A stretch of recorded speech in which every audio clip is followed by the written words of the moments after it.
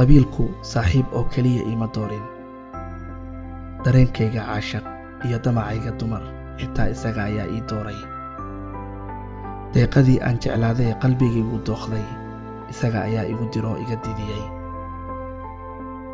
maalinkan aabe u sheegay in aan deeqo jeclahay oon rabo inaan guursado isaga oo qaylinaya ayuu igu yiri idagayso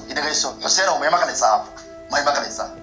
aabo nin fariido kartida baan kugu ogaa horta annagu reerka isma geyno isma guursano aabo tolka ceeb ha u soo jiidin gabar nasab ah oo la yaqaano noo keen aabo